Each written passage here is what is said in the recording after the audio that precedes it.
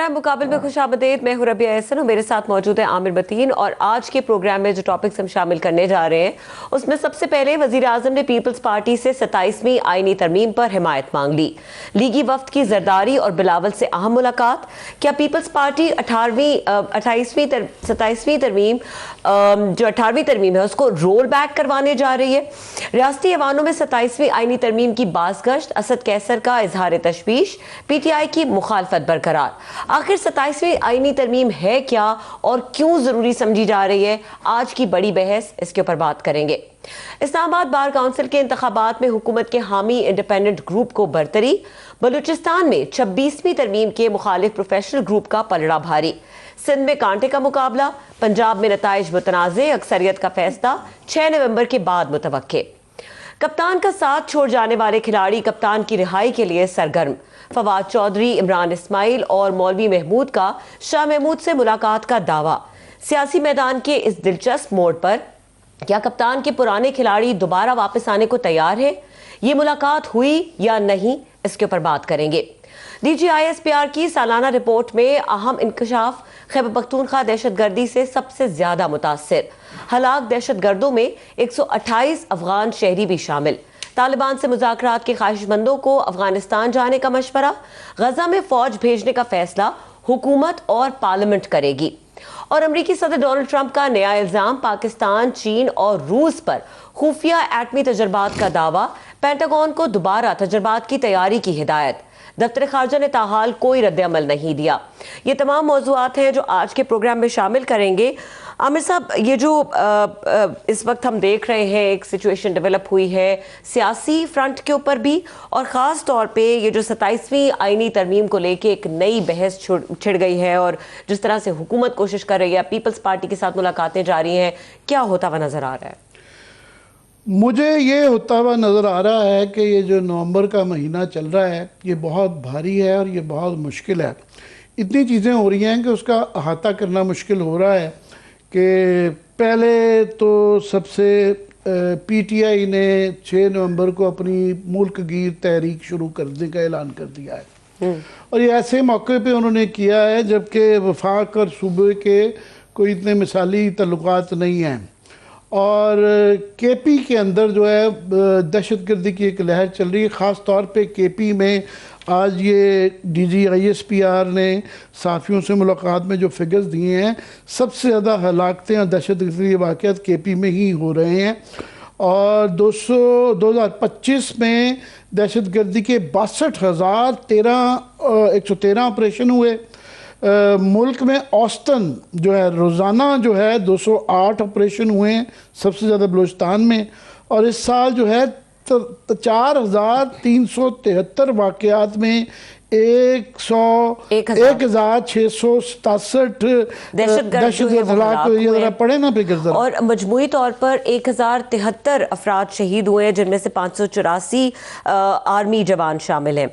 और इसके अलावा खैबर पख्तूनख्वा में 514 वाक़यात हुए, 77 दहशतगर्द हलाक और 198 अफराद शहीद हुए। मारे गए दहशतगर्दों में 128 अफगान शहरी भी शामिल थे। और उन्होंने ये भी मज़ीद बताया DG साहब ने कि अफ़गानिस्तान के अंदर जो है बहुत ज़्यादा ये हमारे यहाँ से तीरा के अंदर और फिर वहाँ पे ड्रग्स का पैसा बेताशा आ रहा है जो कि टेररिज्म की सपोर्ट के लिए इस्तेमाल किया जा रहा है। अफ़गानिस्तान के साथ हमारी अभी फ़िलहाल सीज़ फायर ज़रूर हुआ है मगर वो बड़ा ही फ्रेजाइल है। और हमारा ये स्टांस है कि अगर हमारे यहाँ कोई भी दहशतगर्दी का वाक़या हुआ और उसकी आमाजगा वहाँ हुई तो तमाम everything is of the table. सब दोबारा जो है ना हम उसको, वो हमारी रेड लाइन है। सो वो भी एक मसला चल रहा है। और मुल्क का बलूचिस्तान और KP के अंदर जो है कोई इतनी सिक्योरिटी की सिचुएशन अच्छी नहीं है।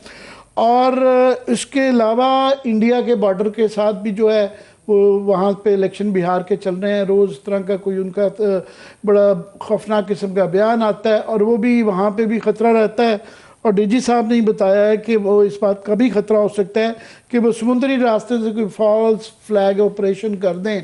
और इस वक्त सर क्रीक के अंदर जो है ना हमारी एक टेंशन चल रही है। हमने दावा किया है कि हमने माही गिर जो है जासूसी कर रहे थे वो भी पकड़ के दिए हुए हैं। और इस वक्त गाज़ा के अंदर भी हमारे ऊपर ये सवाल लटक रहा है कि हमने वहाँ अफवाज भेजनी है नहीं भेजनी, उसके ऊपर गवर्नमेंट की तरफ से बड़े कन्फ्यूजिंग किस्म के मैसेजेस आ रहे हैं। और मुल्क की सूरत हाल सिक्योरिटी की तो है ही है, महंगाई की ये है कि पिछले 2-3 दिन में हमने हुकूमत ने जो ऐलान किया है कि पेट्रोल की कीमत भी बढ़ी है, उसके बाद गैस की बढ़ाने जा रहे हैं, बिजली की कीमत बढ़ने जा रही है, और फसलों की कोई अच्छी रिपोर्ट्स नहीं आई हैं। हालिया सैलाब के बाद से कपास जो है 34% चली गई है कम, राइस एक्सपोर्ट्स 5% नीचे हैं, और तमाम ये जनास की जो हैं वो कोई अच्छी रिपोर्ट्स नहीं आ रही। और अभी आज शाम में तमाम काबीना के इम्पोर्टेंट वज़रा ने एक बहुत धुआंधार प्रेस कॉन्फ्रेंस की, और उसमें मैं सुन रहा था औरंगज़ेब साहब वो ये दावा कर रहे थे कि जी जो रेटिंग एजेंसीज हैं दुनिया की वो भी इम्प्रेस हो गई हैं हमारी परफॉर्मेंस से। वो इतनी इम्प्रेस हुई हैं कि ये आज का मेरे सामने फिगर पड़ा हुआ है कि जो FDI फॉरेन डायरेक्ट इन्वेस्टमेंट जो होती है, सरमायाकारी जो पाकिस्तान में है, वो हमारा बहुत बड़ा क्राइसिस है कि रेटिंग एजेंसियों की तमाम उनके बकौल अच्छी फीलिंग्स के बावजूद जो है -64 मिलियन का फिगर आ गया है इस क्वार्टर का। जुलाई से सितंबर के अंदर जो है वो पिछले साल तकरीबन $1 बिलियन का सरमायाकारी आ गई थी। रोज़ हमें बताया जाता है फलाने मुल्क से, दोस्त मुल्क से बात हो गई है, MOU साइन हो रहे हैं, और लंबी चौड़ी जो है उसकी तशहीर की जाती है। सूरत हाल ये है कि -64 मिलियन की इस क्वार्टर की FDI है कि मुल्क के जब आपकी अपनी सरमायाकारी नहीं होगी तो बाहर का कोई यहाँ पे क्यों सरमायाकारी करेगा। अब ये मामला चल रहे हैं, इसी दौरान में बिलावल भुट्टो साहब ने एक बहुत बड़ा बम फोड़ दिया है कि जी हम 27वीं तरमीम लेके आ रहे हैं। अब ये ऐसे मौके पे जबकि ये अंदरूनी मसाइल भी हैं, वफाक सूबे के मसले भी चल रहे हैं, महंगाई सिक्योरिटी के मसले भी हैं, दोनों मशरक़ और मगरबी बॉर्डर्स के ऊपर एक जंग की सूरत हाल है, उसमें ये एक बम भी है। ये जो इसके अंदर जो बताई गई हैं उन्होंने, क्योंकि जी हमारे पास नून लीग वाले आए हैं, शहबाज शरीफ साहब ने अपनी कैबिनेट को नहीं बताया मगर वो पीपल्स पार्टी को बताने के लिए पहुंच गए हैं कि जनाब ये हम ला रहे हैं, आपकी मदद की ज़रूरत है। इसके अंदर जो तो है उन्होंने कहा है कि जी 200 आर्टिकल 243 के अंदर तरमीम, उस पर हम बहस नहीं करेंगे क्योंकि उसकी कोई तफसील नहीं आई है कि उसमें क्या करने जा रहे हैं। वो तफसील आएगी कि उसके अंदर क्या तरमीम है तो फिर हम बात करेंगे। बाकी जो तफसील बताई है बिलावल भुट्टो साहब ने वो सारी ही बड़ी कंट्रोवर्शियल हैं, और देखना होगा आइंदा आने वाले दिनों में घुमसान की इसके ऊपर जंग होगी, सियासी जंग नज़र आ रही है। एक वो पहले जो था कोई कसर रह गई थी अगर आइनी बेंच से, तो अब वो आइनी अदालतें लेके आ रहे हैं, और वो भी जिस तरह पहले भी आइनी बेंच भी अपना ही बेंच होने का जो 26वीं आइनी तरमीम का 1 साल में फैसला नहीं हुआ, तो ये आइनी अदालत भी अल्हम्दुलिल्लाह का भी इम्कान है कि अपने होने का कि वो आइनी है या नहीं है खुद ही फैसला करेगी। फिर एक बहुत बड़ी उनकी ख्वाहिश हमेशा से ब्यूरोक्रेसी की रही कि एग्जेक्टिव मजिस्ट्रेसी उनके पास जो है ना जुडिशल पावर्स आ जाएं, इसकी प्रपोजल भी है। फिर ट्रांसफ़र ऑफ जजेस के भी कुछ प्रपोजल्स डिस्कस किए जाएंगे, ये बकौल बिलावल भुट्टो साहब की जो ट्वीट है। और उन्होंने साथ में ही कहा जी ये जो NFC जो है, जो कि बहुत कहा जाता था 18वीं तरमीम के बाद कि सूबों को चली गई, और ये बहुत अच्छा चीज़ है, removal of protection of provincial share in NFC। अब ये एक बहुत कंट्रोवर्शियल चीज़ है, तो ये भी उन्होंने कही है। और इसके अलावा जो है बताया जा रहा है कि सूबों को एजुकेशन जो और पॉपुलेशन प्लानिंग उनसे लेके वापस वफाक में जो है ना लाया जा रहा है। जी आमिर साहब, इस पे तो मजीद डिटेल से बात होने वाली है क्योंकि आपने तो अभी एक पूरा अहाता कर दिया है इतनी तमाम अहम खबरों का। हमारे साथ मौजूद है इस वक्त दानियाल अजीज चौधरी, साबिक वफाकी वजीर हैं, उनको भी शामिल गुफ्तगू करते हैं और उनसे भी कमेंट लेते हैं। अस्सलाम वालेकुम जी। दानियाल साहब को वैसे हमेशा बहुत मेहरबानी करते हैं, हमारे लिए वक्त निकालते हैं, मगर आज मैं ख़ास तौर पे इसलिए कर रहा था, इनको मदऊ करना चाह रहा था कि इन्होंने बड़ी इनकी स्ट्रगल रही हुई है, ये तमाम जो डेवोल्यूशन के प्लान के ऊपर ही उसके इंचार्ज रहे हुए हैं। तो बारी बारी दानियाल साहब आपसे पूछते हैं कि ये जो अब बताया जा रहा है कि जुडिशल मजिस्ट्रेसी रिस्टोर करने जा रहे हैं कि डिप्टी कमिश्नर बहादुर जो है उसको दोबारा फिर वो कॉलोनियल पावर्स मिलने जा रही हैं। जी बिल्कुल, कोशिश तो यही की जा रही है, लेकिन इसमें बहुत सारे मसले मसाइल हैं। एक तो ये है कि आइन की बजाते खुद अमेंडमेंट जो है इस तरह की पार्लियामेंट से, जो कि ऑब्वियसली हर तरीके से कंट्रोवर्शियल है, और ख़ास तौर पे जब जो 60 दिन दिए गए थे इलेक्शन कमीशन में कंप्लेंट्स के और 90 दिन दिए गए थे इलेक्शन ट्रिब्यूनल्स को इलेक्शन डिस्प्यूट्स को सेटल करने के लिए, तो उनमें से एक भी डिस्प्यूट जो है वो अभी तक सेटल नहीं हुआ है, बल्कि मुख्तलिफ हीले बहाने इस्तेमाल करके उन दरखास्तों को डिसमिस किया जा रहा है। और इस वजह से मजबूरन वो सुप्रीम कोर्ट में जा रहे हैं, ताकि वहां पर एक बहुत लंबी लाइन है, और वो जो पहले से बात कही जाती थी, जो इस इलेक्शन एक्ट में वो बात खत्म करने के लिए तैयार किया गया था कि जी इलेक्शन अगला भी आ जाता है तो अभी पिछले ट्रिब्यूनल का फैसला नहीं होता, तो उसमें जो नंबर्स की सारी बात है, जो ये रिजर्व सीटों की बात है, जो मुख्तलिफ ये कंसल्टेशंस थी जो इलेक्शन कमीशन ने सुप्रीम कोर्ट के साथ की, आईनी बेंच का खुद बनना और उस चीज़ को हट जाना, और ये जो इलेक्शन ट्रिब्यूनल के केसेस जो है इस्लामाबाद हाई कोर्ट में जो आए थे, तो ये दानियल साहब, मैं आपसे इसको जरा आम आदमी के समझने के लिए पूछना चाहता हूं कि ये जो पहले ही अदालतों से क्या कसर रह गई थी कि अब ब्यूरोक्रेसी जो कि पहले ही बहुत शिकायतें आती हैं कि पोलिटिसाइज्ड हो गई हुई है, तो डिप्टी कमिश्नर को ये दोबारा जब इख्तियार दे देंगे किसी को भी वो मजिस्ट्रेट के तौर पे वो सुधार कर सकेगा, तो ये जो मुझे याद पड़ता है सुप्रीम कोर्ट ने पहले ये कहा था कि ये ट्राइकोटमी ऑफ पावर के अंदर जो है मुकन्ना को, एग्जेक्टिव को, इंतजामिया को मुकन्ना के जुडिशरी के इख्तियारात अदालती नहीं दिए जा सकते। जी बिल्कुल ऐसा ही है, और ये भी मैं आपको बताता चलूं कि जो जुल्फिकार अली भुट्टो साहब के दौर में जब ये 73 का आइन बना था, उस वक्त की तकरीरें मौजूद हैं। ये उनका नया पाकिस्तान था, ये उनका एक तरह से आप कह सकते हैं रियासत मदीना था, और वो इसको बड़े धूमधाम से मना रहे थे। करते कराते आखिरकार क्या हुआ कि जुडिशरी खुद इसमें मुलव्वस हो गई।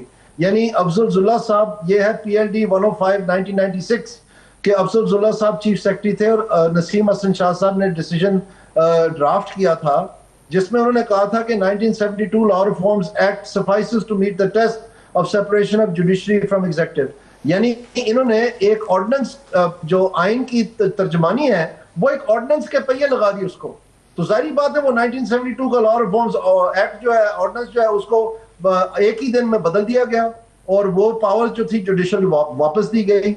और जो मिनट्स हैं और मुख्तलिफ नोट्स हैं, वो मैंने खुद अपनी आंखों से देखे हैं कि अदालत ने चारों चीफ सेक्रेटरीज को बुला के, जो असल में उस वक्त DMG के लीडरशिप थी सारी, और प्रिंसिपल सेक्रेटरी को बुला के उन्होंने अपने चेंबर में कहा कि आप फिक्र ना करें, हम ऐसा आपको डिसीजन देंगे कि आपके पास ये जुडिशियल पावर्स भी रह जाएंगी और आइन की पासदारी भी हो जाएगी। यानी जुडिशरी और एग्जीक्यूटिव ने कलूड किया जुडिशियल पावर्स को यूसर्प करके एग्जीक्यूटिव को देने की। ये माशाल्लाह हमारी हिस्ट्री तो ये दोबारा भी यही होने जा रहा है कि जो है जुडिशरी अदालतें खुद, जिस तरह के 26वीं आईनी तरमीम में एक साल में भी फैसला नहीं हुआ, तो आईनी बेंच और आईनी अदालतें जो हैं वो भी इसका फैसला करेंगी। जबकि जो आर्ग्यूमेंट यहाँ पे जो मैं आपसे पूछना चाह रहा हूँ, क्योंकि आप कानून पे भी बड़ी नज़र रखते हैं, कि ये कहा जाता है कि जी क्योंकि देखिए किताब में लिखा गया आईनी तरमीम हो गई है, आइन बन चुका हुआ है, तो लिहाजा हम बेबस हैं अदालतों का। ये आर्गूमेंट 26वीं आईनी तरमीम में भी यही चल रहा है, मगर ये उन शिकों में से नहीं है जिसके मतलब वो जो कहा जाता है बेसिक स्ट्रक्चर या बेसिक स्पिरिट ऑफ द आइन कॉन्स्टिट्यूशन को जो कि वायलेट करती है। बिल्कुल ये बेसिक स्ट्रक्चर को वायलेट करती है। यहाँ सिर्फ नहीं, पाकिस्तान में या पाकिस्तान के आइन के जो फाउंडर्स थे उनकी बातों को मैं आपको बता तो रहा हूँ, उसमें शुरू दिन से ये वाज़े लिखा हुआ था कि इसका खात्मा करना है, और ये पूरी दुनिया में मामूल है। बल्कि अगर आप कहीं भी पॉलिटिकल साइंस या इंस्टीट्यूशनल डेवलपमेंट या जमहूरियत के बारे में कोई भी किताब उठा के पढ़ लें, उसमें सबसे पहले जो बात है वो ये लिखी हुई है कि जुडिशरी एग्जीक्यूटिव की सेपरेशन जरूरी है, ताकि एग्जीक्यूटिव जो है वो जज, जूरी एंड द हैंगमैन ना बन जाए। और यही बहस जो है, इसीलिए कॉलोनियलिज्म को बुरा कहते हैं, क्योंकि यही वो एग्जैक्टली करते थे कि आपके पास कोई रसाई नहीं रहती थी, आपके पास कानून तक कोई रास्ता नहीं रहता था। जो वो कहते थे बस वो सजा भी उन्होंने देनी है, कानून भी उन्होंने इंटरप्रेट करना है, और फैसला भी उन्होंने करना है। तो ये चाहते हैं बेसिकली, और ये इसमें एंड ऑफ द डे क्या होगा कि पुलिस से बहुत बड़ा रिएक्शन आएगा, जुडिशरी से बहुत बड़ा रिएक्शन आएगा, हमारी आवाम से तो बिल्कुल कोई रिएक्शन नहीं आएगा, क्योंकि ये नाजरीन को बताने के लिए दानियाल साहब तो इसके फ्रेमर्स में से रहे हुए हैं कि पुलिस जो ऑर्डर आया था उसके बाद बड़ी दफ़ा कोशिश हुई, जो है ये डीएमजी क्लास जिसे कहा जाता है, पीएसयू से कहते हैं, कि पुलिस को अपने अंडर करने की, और पुलिस की तरफ से, काडर की तरफ से बहुत ज़्यादा मज़ामत थी। अब ये वापस उसको रिवर्स करना चाह रहे हैं, ये देखेंगे कि कर पाते हैं नहीं कर पाते हैं। आइनी मसाइल भी हैं, इंतज़ामी मसाइल भी हैं, सियासी मसाइल भी हैं। एक और इशू में जिस पर चाह रहा हूँ क्योंकि महदूद वक्त है, एनएफसी का जो है, उन्होंने कहा जी removal of protection of provincial share in NFC, ये भी करने जा रहे हैं। तो पहली बात तो इसकी एक मुझे जो समझ है कि जब तक सारी इकाइयाँ सूबे और वफाक एक पेज पे कंसेंसस ना हो तो एनएफसी नहीं हो सकता। ये मेरा दुरुस्त असेसमेंट है? जी, एनएफसी में जो सूबाई और मरकजी रिप्रेजेंटेशन है वो तकरीबन अगर आप 2 सूबे मान जाते हैं तो फिर बहुत मुश्किल हो जाता है कि ये रुक जाए। सो उसमें ये है कि क्योंकि वफाक की भी रिप्रेजेंटेशन सिर्फ इकाई की नहीं है। लेकिन मैं आपके पहले पॉइंट पे एक बात बताना चाहता हूँ आमिर साहब, ये हम जस्टिस नहीं कर रहे हैं, हम इंसाफ नहीं कर रहे हैं इस इशू के साथ। एक जुमला मुझे आप इजाजत दें बोलने का। ये जो खैबर पख्तूनख्वा में मुकामी हुकूमतों का निज़ाम बना, जिसमें आर्टिकल 140A आइन में उसको तकवीयत और बचाने के लिए बनाया गया था, बजाय उसको बचाने के लिए उसी के नाम में पहली मर्तबा पाकिस्तान की तारीख में जो लोकल गवर्नमेंट है वो तहसील तक महदूद कर दी गई, यानी जिले की सतह ही नहीं छोड़ी। और दूसरी जानब कह रहे हैं कि ये हम जो आईनी शिक है उसकी पासदारी कर रहे हैं। अब इसकी वजह क्या थी? इसकी वजह यह थी कि जो उस वक्त इंतजामिया की बनाई हुई जमात थी पीटीआई, उन्होंने सुप्रीम कोर्ट में, हम कामयाब हुए थे ये फैसला लेने में कि district public safety and police complaints authority आपको नाफज करनी पड़ेगी, जो आज भी पुलिस ऑर्डर का हिस्सा है। तो उसमें डिस्ट्रिक्ट काउंसिल के मेंबरान हैं और वो ट्रेजरी और अपोजिशन बेंचेस के बराबर के हैं, ताकि पुलिस जो है वो सियासी मिसयूज का इस्तेमाल ना हो सके। दानियाल साहब, ये यही कोशिश अभी पंजाब में भी जारी है, वहां भी जो है। प्लीज प्लीज मेरी 1 मिनट मुकम्मल तो होने देना। मुझे पता है पंजाब में क्या हो रहा है, मैं वही आपको बताने जा रहा हूँ, इसलिए मैंने आपसे वक्त लिया है। तो इन्होंने क्या किया कि उस सुप्रीम कोर्ट को सबवर्ट करने के लिए, उस डिसीजन को, इन्होंने जिला की सतह ही खत्म कर दी कि ना रहेगा डिस्ट्रिक्ट काउंसलर तो ना हम उस के पास। वजह क्या है?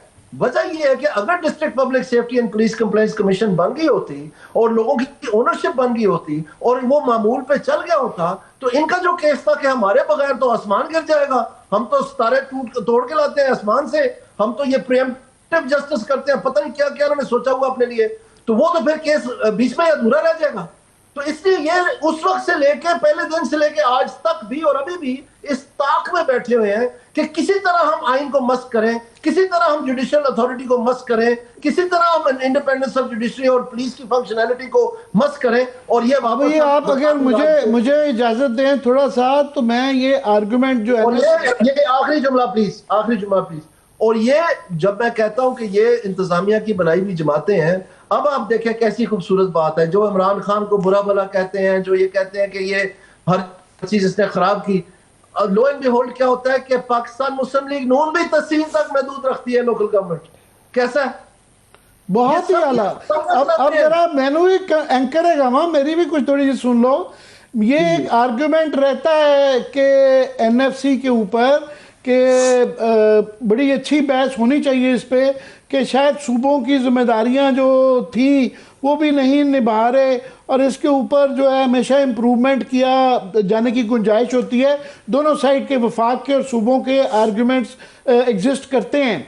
मगर इस वक्त जिस माहौल के अंदर जो कि पार्लियामान में शायद ये डिस्कशन ना हो पाए और एक ज़ोर ज़बरदस्ती का एक माहौल है, तो इस तरह के संजीदा मामलात पे क्या ये इस पे अच्छी बहस हो के अच्छा सलूशन निकल आएगा? जी, इसमें पार्लियामेंट ने तो कुछ नहीं करना, ये तो बेचारे ऐसे ही तशरीफ लाए हुए हैं, कभी इन्होंने कुछ पढ़ा हो तो इनको पता हो। मैंने आपको बताया ये इंतजामिया की बनाई हुई जमातें हैं, इनसे तवक्को ना रखें कि ये इंतजामिया का सामना कर सकते हैं। ये इंतजामिया के बनाए हुए हैं और हम इंतजामिया बनाते हैं। इसी पाकिस्तान में बनाई है। यही जो आप सारी बातें कर रही हैं ये मेरे हाथ की बनी हुई है, यही पुलिस ऑर्डर, यही अदारे, ये सारी चीजें जो आप कह रहे हैं। तो इसमें मैं आपको ये अर्ज करना चाहता हूं कि इनसे कोई तवक्को ना रखें, लेकिन ये जरूर है कि जो इंतजामिया की अंदरून सियासत है, उनकी अपनी जो सियासत है, यानी जो जुडिशरी की और पुलिस की सियासत है, वो शायद इसको बर्दाश्त ना करे और इसलिए ये ना हो सके।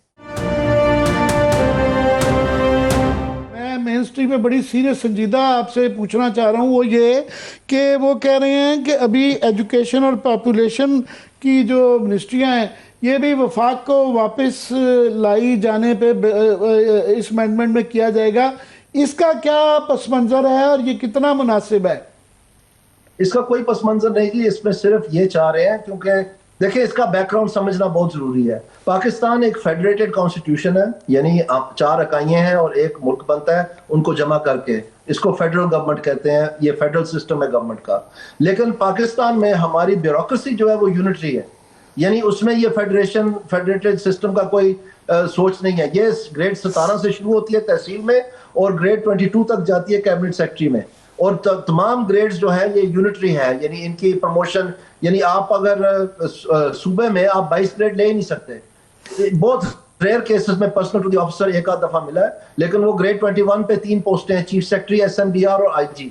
उसके बाद उसके नीचे सारी 20 ग्रेड की पोस्टें हैं एंड ऑन डाउन। तो अगर आपने 22 ग्रेड लेना तो आपको इस्लामाबाद आना पड़ता है। तो इस तरह से हमारी ब्यूरोक्रेसी जो है वो यूनिटरी है और ये बर्दाश्त नहीं करती डेवोल्यूशन। ये कहती है कि सारा कुछ जो हम सीनियर्स हैं हम फैसला करेंगे नीचे। अब जो जमहूरी अंदाज है और जो दुनिया के तकाजे, अभी चीन गए हुए थे हमारी हुकूमती सरबराहान, तो कह रहे थे चीन मॉडल हमें चाहिए। वो जापान जाते हैं तो कहते हैं हमें जापान मॉडल चाहिए, मलेशिया जाते हैं तो कहते हैं हमें मलेशियन मॉडल चाहिए, अमेरिका मॉडल चाहिए। वहां पर सारे मुकामी हुकूमतें ज्यादा काम करती हैं, उनके मेयर्स जो हैं, उनकी लोकल गवर्नमेंट्स जो हैं वो 90% फंक्शंस करते हैं, including health, education, electricity, railways, you name it. ये टनल्स, हाईवेज, मोटरवेज सब लोकल गवर्नमेंट्स बनाती हैं। और यहाँ पर चूंकि हमारा यूनिटरी स्टेट है वो सब ऊपर को खींचते हैं। और इसकी वजह यह है कि जब हमने 1 यूनिट बनाया तो उस वक्त जब पाकिस्तान टूट गया तो बजाय कि वो इख्तियारात 1 यूनिट जो कि सूबे के थे वो वापस 4 सूबों में जाएं, वो उन्होंने मरकज में अटका लिए और कंकरेंट लेजिस्लेटिव लिस्ट बना दी। अब वो यहाँ पर मिनिस्ट्रीज बन गई हैं, उनमें 22 ग्रेड मिलता है। तो ये जो सारा स्ट्रक्चर है, मैं ज्यादा तफसील में नहीं जाना चाहता, लेकिन ये सारा स्ट्रक्चर है जो कि पाकिस्तान में जिसको जकड़ा हुआ है। और इसकी वजह से पाकिस्तान जो है ना सूबों की कोई हैसियत है, ना मुकामी हुकूमतों की कोई हैसियत है, ना ही सियासी जमातों और पार्लियामेंट की कोई हैसियत है। ये इनका रूल्स ऑफ बिजनेस है, वो आइन से ज्यादा ताकतवर है। और ये सब मिले हुए हैं एक लेवल पे ऊपर आके। क्या करें क्या चौधरी साहब? आप तो बात यह है कि 3 पाकिस्तान में पार्टी हैं, आपकी तीनों से लड़ाई है, फिर क्या करें क्या? हमने ये सारा रिव्यू करके ये सारा तोड़ दिया था और जुडिशरी को अलहदा कर दिया था जैसे होनी चाहिए। हम कौन हैं जी? मुकामी सतह पर ये जब क्रिमिनल प्रोसीजर कोड में अमेंडमेंट्स हुई, जब पुलिस ऑर्डर बना, जब ये प्रोविंशियल फाइनेंस कमीशन बनी, जब ये इख्तियारात मुंतकिल हुए मुकामी सतह पर और आर्टिकल 140A आइन में थमाया गया कि ये प्रोटेक्ट किए जाएं, और फिर पार्लियामेंट ने यूनानिमसली 140A दोबारा वैलिडेट कर दिया, बल्कि उसको और आगे बढ़ा दिया कि इलेक्शन कमीशन ही इलेक्शन करवाएगी। तो ये नहीं है कि इनको नहीं पता कि सिमत कौन सी सही है, इनको सब पता है। लेकिन हम क्या करें, अब हमने पीढ़ी पालनी है। अब पीढ़ी पालें तो फिर अगर एफरवेसेंस हो पॉलिटिकल के कोई फैसलाबाद का या मुल्तान का जो मेयर है, जैसे आजकल न्यूयॉर्क का मेयर या लंदन का मेयर बड़े कमालात कर रहे हैं, तो वो कह के मैंने नेशनल बिड फॉर पावर करनी है, तो आप बर्दाश्त कर सकते हैं? क्या बनेगा फिर? तो इसलिए हम इंतजामिया और हम मिलकर इस मुल्क को ये जकड़ा हुआ है सारा। चौधरी साहब, ये एजुकेशन का पहले जो मुझे समझ आया कि ये डिवाइडेड था। फॉर एग्जांपल HEC को समझा गया कि यहाँ पे वफाक में रहना, क्योंकि उसको इंटरनेशनल यूनिवर्सिटी के साथ डील करना पड़ता है, और सूबों की कोशिश थी कि वो भी सूबों में लेके जाएं। मगर सूबों ने भी जो भी मॉडल रहा पिछले चंद सालों से और दहाइयों से, एजुकेशन का कीमा निकल गया कि एजुकेशन जो 2.5 करोड़ बच्चा जो है स्कूल से बाहर है, स्टैंडर्ड ऑफ एजुकेशन भी नीचे चला गया, और बजट भी GDP का शायद 0.8% है जो एजुकेशन पे जा रहा है। बजाय इसके कि फंड बुला के बेहतरी करें, तो ये जो भी सोल्यूशन देने जा रहे हैं इससे बेहतरी आ जाएगी। ये तबाही होगी जी, आपको नहीं पता है। मैं थोड़ी सी हिस्ट्री आपको बताना चाहता हूँ। 1958 में ढाका में जाके अयूब खान साहब ने अनाउंस किया कि जो 1958 की एजुकेशन कमीशन रिपोर्ट है उसकी सिफारिशात के मुताबिक हम एजुकेशन को प्रोविंशलाइज कर रहे हैं। उससे पहले प्रोविंशियल एक लोकल गवर्नमेंट का सब्जेक्ट होता था, इवन कॉलोनियल दौर में, इवन बरतानवी दौर में ये लोकल सब्जेक्ट होता था। तो इन्होंने उसको प्रोविंशियलाइज कर दिया। जब उन्होंने, क्योंकि इसके बजट बहुत बड़े थे, जब इन्होंने प्रोविंशियलाइज कर दिया तो फिर यहाँ पर मुझे अच्छी तरह याद है, हम ही जाते थे सेक्रेटरी एजुकेशन के पास कि जी ये मास्टर जो है इसको यहाँ से जो है ना वो दूसरे तहसील में तैनात कर दें, और सजा के तौर पे उठा के उनको फेंक देते थे कोई बहावलपुर या इस तरह मास्टरों को, जो क्योंकि ये पोलिंग स्टाफ होता था और अगर ये नहीं मानते थे किसी की बात तो फिर उस वक्त ये तरीकेकार होते थे रिगिंग के। तो ये एजुकेशन को हमने भर्तियों में हमने तबाह कर दिया, और उसकी जो तमाम जो भर्तियां हैं ये सब सियासी बेस पे होती रही हैं। अब इतने सालों के बाद बच्चे जो हैं वो स्कूलों में ही नहीं रहे, और स्कूल जो है वो बंद किए जा रहे हैं। कभी कहते हैं एनजीओ को पकड़ा दे, कभी कुछ कर दे। तो ये इंतजामिया, ये जो बरतानवी राज की बाकियात है और ये जो सियासी हमारे दोस्त हैं, इन्होंने मिलकर इसकी ऐसी की तैसी फेरी है। तो सर जो अभी आपने जिक्र किया, अब बजाय उनको वापस की जाए जिनकी असल थी, जिनके बच्चों ने वहां पर पढ़ना है, ये इधर से कान पकड़ेंगे, कभी इधर से कान पकड़ेंगे। और इसमें ये इंटरनेशनल अदारे जो है जैसे वर्ल्ड बैंक है, ये पूरी तरह मुलव्वस है, क्योंकि ये तो मुफस्सल में जा नहीं सकते। तो इन्होंने इस्लामाबाद लाहौर में बैठ के फैसले करने होते हैं कि जी हमने $600 मिलियन का लोन कैसे देना है, और वो सारे के सारे फेल हुए। तो ये इसका बेहतरीन तरीका है पाकिस्तान का कि आप एक पुख्ता और बेहतरीन लोकल गवर्नमेंट बनाएं जो बाइख्तियार हो, और उसको आप ये जो ढकोसला, अभी देखें कितने मजे की बात है, पंजाब ने अभी 3 हफ्ते हुए हैं एक कानून पास किया है। आपको पता है उसमें जो जिले का चेयरमैन की जगह उन्होंने बनाया है हेड, वो 4-4 महीने रहेगा। Can you imagine? कभी सोच सकते हैं आप? जो अभी आप कह रहे थे कि ये जो आप लोग लाए थे मुशर्रफ के दौर में, ये सारा रिफॉर्म्स का, मेरे तमाम तासुब के बावजूद जो है मुशर्रफ साहब के लिए कहूँगा कि एक अच्छा एफर्ट था, मगर वो उसके पीछे फेल होने की एक बहुत बड़ा वजह ये थी कि सियासी एजेंडा फिर आ गया था। अभी ये सारी बड़ी अच्छी बहसें हैं, अगर मुस्बत माहौल में और भी तरामीम आए और ये सारे मसाइल हैं और दोनों तरफ अतराफ से ये आर्गूमेंट्स हैं, मेरी बात सुन लें एक मिनट, तो ये इस वक्त कोई इस माहौल में जिस तरह भी आप जिक्र कर रहे हैं, वो कह रही हैं पॉलिटिकल पार्टीज के 26वीं आईनी की तरह हमारे पास अभी ड्राफ्ट भी नहीं आया, आखिरी दिन में उनको पकड़ाया जाएगा, किसी ने पढ़ना नहीं है और आइज करके वो पास हो जाएगा, इससे बेहतरी की उम्मीद रखते हैं? बिल्कुल भी नहीं जी, ये तो तबाही की। देखें ये स्टेट जितना भी कंस्ट्रेन कर रही है और खींच रही है अपनी तरफ, बजाय शेयरिंग करने की पावर की, चाहे वो लोकल गवर्नमेंट्स की शक्ल में हो, चाहे वो पुलिसिंग की शक्ल में ये सीसीडी ले आए हैं, चाहे वो एहतजाज की शक्ल में हो जो ये लोगों के साथ जो कुछ हो रहा है आपके सामने है, चाहे वो सूबाई इख्तियारात या सूबाई ये जो नेशनल फाइनेंस अवार्ड के साथ, ये सब वापस खींच रहे हैं सब चीजें, जबकि खुद उन्होंने अपना इतना कर्ज लिया है, इतना आनंद फानंद खर्चे किए हैं कि वो खुद कर्ज में डूब रहे हैं। तो ये पूरे मुल्क को अब नीचे ले जा रहा है ये फेडरल गवर्नमेंट जो है, और ये इंतजामिया जिसको हम DMG-PAS कहते हैं, और ये इस तरह से पाकिस्तान नहीं चल पाएगा, और ये अनसस्टेनेबल है। ये पहले ट्राई कर लिया गया, इसीलिए तो ये सारी चेंजेस की थी। आपको मैं क्या तफसील बताऊं, मैं अगर जाऊंगा तफसील में फिर आप कहेंगे कि जी आप सियासी गुफ्तगू कर रहे हैं। यानी मैं चाहता हूँ आप सियासी गुफ्तगू करें, इसीलिए मैं आपको लेके आया हूँ, मगर मेरे पास महदूद वक्त है। मैं एक जुमला जरूर कहना चाहूँगा कि पंजाबी का एक गाना है कि या अपना किसी नू कर ला या आप किसी दा हो जा। तो पाकिस्तान को बड़ी आपकी ज़रूरत है, या आप किसी को अपना कर लें या आप किसी दा हो जा। सारी पार्टियों, 3 पार्टियां, तीनों के साहब आप खिलाफ हैं, फिर अब क्या करें? फिर लास्ट कमेंट मैं आपको ये अर्ज करना चाहता हूं कि ये it's not about the man, it's not about the parties, it's about the plan. मैं आपको ये कह रहा हूं कि इन जमातों के पास पाकिस्तान के मसाइल के हल की तरफ कोई प्लान नहीं है। अभी 5 प्लान राइज हैं इस हुकूमत के दौरान। आप जो मैनिफेस्टोज हैं पीपल पार्टी के और PTI के वो पढ़ लें, वो जिस कागज पे लिखे गए हैं उनकी वो कीमत भी नहीं है। आप छोड़ें, यहाँ कहते हैं कि जी इसमें पकौड़े बिकेंगे, इसमें ये तो पकौड़े भी नहीं बिक सकते, इतना मतलब बुरा लिखा हुआ है। सो मैं आपको ये कह रहा हूँ कि इन हालात में आप मुझे बताएं, फिर हम रोजमर्रा नीचे जा रहे हैं। आप तो तमाम अफगानिस्तान, बांग्लादेश, नेपाल, श्रीलंका, ये सब हमसे आगे निकल गए हैं। तो आपको समझ नहीं आ रही है, आप चाटते रहे इन जमातों को, बड़ी अच्छी बात है, हम सब के इनका हो जा तो हो जाओ जमा में। मैं चौधरी साहब आपसे अपने दरीना ताल्लुकात का फ़ायदा उठाते हुए लिबर्टी लेके इस तरह के कमेंट पास कर लेता हूँ, पर बड़ी हमारी ख्वाहिश है कि आप वो अपना चार्टर लिखें जिससे कि मुल्क संवर जाए। बहुत बहुत शुक्रिया आपके वक्त देने का। जी बहुत शुक्रिया। दानियाल अजीज चौधरी साहब हमारे साथ मौजूद थे और यहाँ पे वक्त हुआ है ब्रेक का। ब्रेक के बाद डिस्कशन को कंटिन्यू करेंगे। कुछ सियासी मंजरनामे पे और भी बड़े जो है वो सिचुएशन देखने में आ रही है, जो चेंज होती नजर आ रही है। जैसे आमिर साहब स्टार्ट में कह रहे थे कि नवंबर का महीना कुछ खतरनाक मालूम हो रहा है, तो वो और कौन सी डेवलपमेंट्स हैं जिसकी वजह से आमिर साहब ये बात कह रहे हैं, इस ब्रेक के बाद जानेंगे। हमारे साथ रहिए।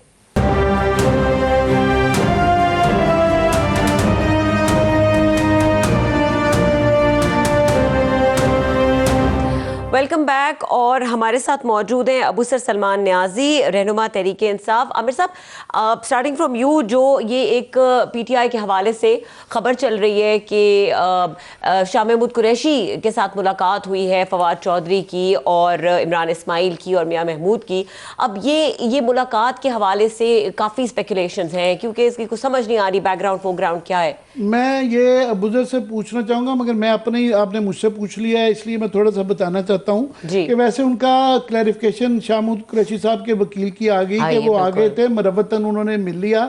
शाह महमूद कुरैशी साहब बड़े पुश्तों के सियासतदान हैं। उन्होंने जो 2 साल जेल में काटी हुई है, वो इतने सादा या बेवकूफ़ नहीं हो सकते हैं कि वो 2 साल की जो जेल अपनी है वो उसको किसी के ज़ुम्मे में इस तरह 3 लोग आएंगे तो अपना तमाम ये जो कुर्बानी उन्होंने काटी है वो उनके गले में हार डाल के ना उनके साथ बाहर निकल पड़ेंगे। ये मेरा ज़ाती तज़िया है। अब सर आप कैसे देखते हैं, ज़रा एक्सप्लेनेशन इस पे देना, व्हाट इज़ गोइंग ऑन? देखिए आमिर साहब, एग्जैक्टली वहाँ पे मुलाकात में बात क्या हुई है वो तो मेरे ख्याल से उनके वकील की तरफ से उसका जवाब आ गया था। लेकिन आपकी एक बात जो आपने किया, I totally agree with you. देखें 9 मई के बाद पूरी कोशिश की गई रियासत की तरफ से, हर तरह का इंस्ट्रूमेंट मशीनरी इस्तेमाल की गई कि तहरीक इंसाफ के लोगों को तोड़ा जाए, और काफ़ी लोगों को तोड़ा गया।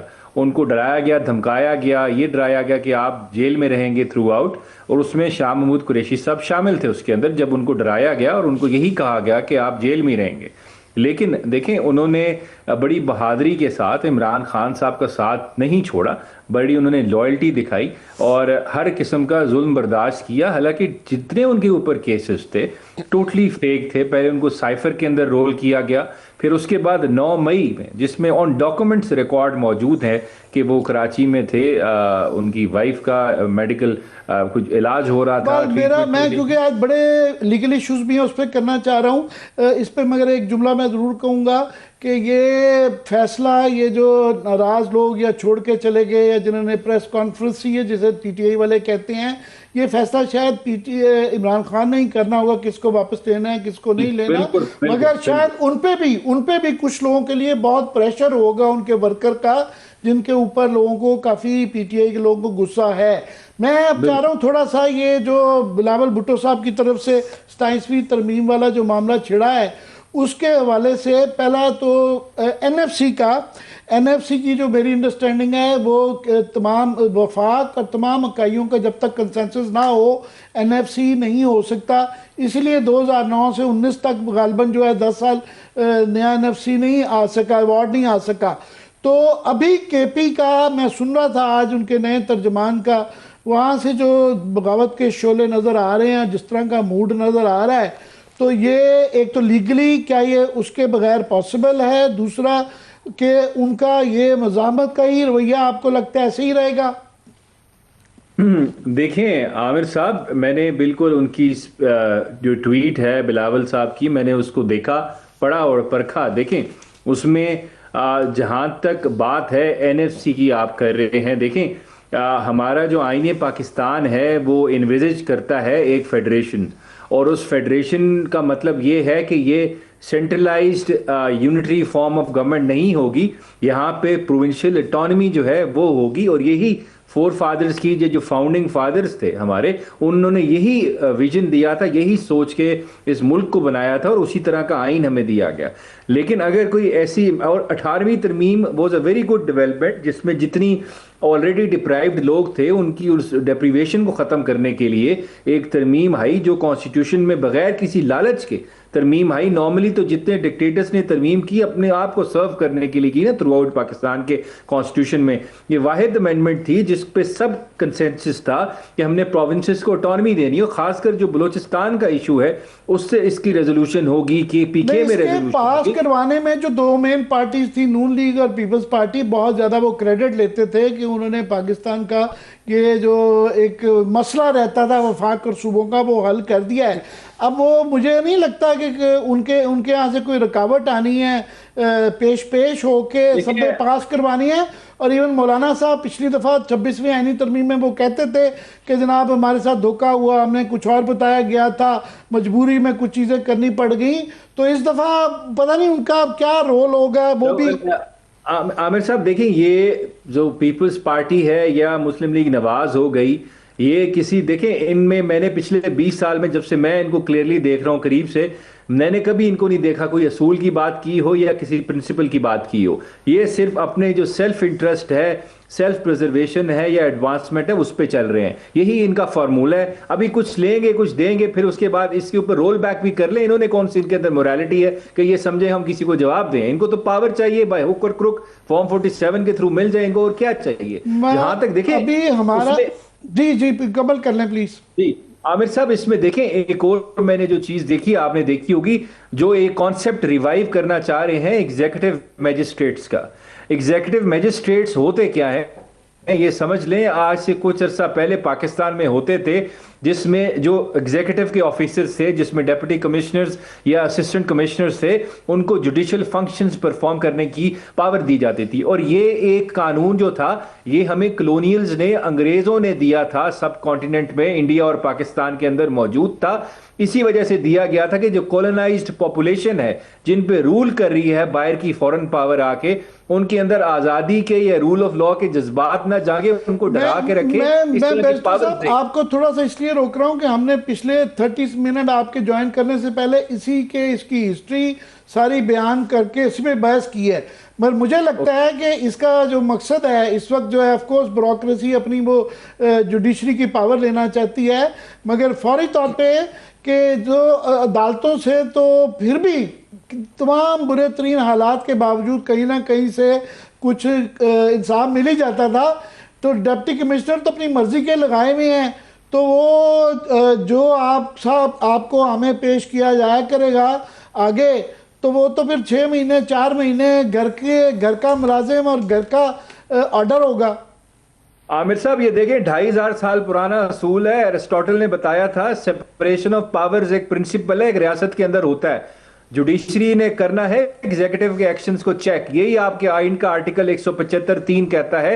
इन दोनों को आपने मिक्स नहीं करना। लेकिन इस अमेंडमेंट से आप एग्जीक्यूटिव को जुडिशियल पावर्स देंगे तो उसका नतीजा क्या होगा? मैं और आप वो लोग जो बोलना चाहते हैं, जो सच को बेनकाब करना चाहते हैं, अगर वो ऐसा करेंगे तो फिर उनके ऊपर जुडिशियल चेक नहीं होगा। एग्जीक्यूटिव चेक के थ्रू उनको इनडेफिनिट टाइम पीरियड के लिए जेल भी होगी, उनकी बेल भी नहीं होगी और जुडिशरी इंटरफेयर भी नहीं कर पाएगी। इस तरह की अमेंडमेंट आएगी। और ये अमेंडमेंट हमेशा या तो डिक्टेटर्स लेके आते हैं या किसी बादशाहत में पुराने जमाने में ऐसी किस्म के कानून होते थे कि जी ये बंदा अच्छा नहीं लग रहा, मुझे सही नहीं बोल रहा है, इसको भेज दो वो काले पानी वाली जेल में, वहां ये सही रहेगा, इसको खामोश कर दो। ये होता था। अदरवाइज तो इस तरह के कानून की में मॉडर्न जमहूरियत के अंदर या रिपब्लिक के अंदर तो कोई जगह नहीं है। ये तो हम रिवर्स में जा रहे हैं। आपके जैसे मर्जी भी जज्बात हो, अभी हम 26वीं आईनी तरमीम का झटके से नहीं निकले, तो ये मुझे 27वीं पास होते हुए कोई रुकावट नजर नहीं आ रही।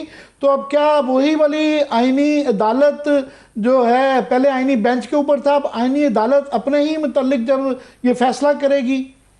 देखें आमिर साहब, ये एनएफसी को तो छोड़ के ना बाकी सारा तो यही लग रहा है इसका मेन टारगेट जो है वो है अदलिया पे, जो पहले ऑलरेडी 60 to 70% कब्जा हो चुका है, अब 100% कब्जा कर दिया जाए। जो थोड़े बहुत इंडिपेंडेंट जजेस रह गए हैं जो फ्रीडम के साथ फैसला करते हैं, उनका भी काम तमाम कर दें। जैसे ट्रांसफर की पावर जारी विदाउट कंसेंट, कि एक हाई कोर्ट से इस्लामाबाद से आप सिबी में भेज दें, वहां की क्वेटा हाई कोर्ट की बेंच की ब्रांच में, वहां वो जज चला जाए सजा के तौर पे उसकी कंसेंट के बगैर, और फिर नीचे से लोअर जुडिशरी को बेलें देने की पावर ले ले उनसे, हम दे दें जी एग्जीक्यूटिव को सारी पावर्स जुडिशल। ये तो सब कुछ यही लग रहा है कि एक सेंटर बनाना है आपने, सेंट्रलाइज स्ट्रक्चर बनाना है जिसके अंदर सारी पावर्स कॉन्सेंट्रेट कर दें और वो सारी powers executive government of the day के पास हो, जुडिशरी बिल्कुल नलिफाई हो जाए या जीरो हो जाए, किसी किस्म का चेक ना रख। बहुत बहुत शुक्रिया बैरिस्टर साहब आपके वक्त लगाने का। जी बिल्कुल आमिर साहब, और ये डिस्कशन कंटिन्यू रहेगी अगले कुछ दिनों में भी, क्योंकि ये मसला सिर्फ वकला बरादरी का नहीं है, तमाम फ्रैक्शन ऑफ सोसाइटीज़ का है कि इस वक्त प्रायोरिटीज़ तय होने की ज़रूरत है। बहुत शुक्रिया, इस वक्त प्रोग्राम का वक्त ख़त्म हो गया है। देखने के लिए शुक्रिया, इजाज़त दीजिए, अल्लाह हाफिज़।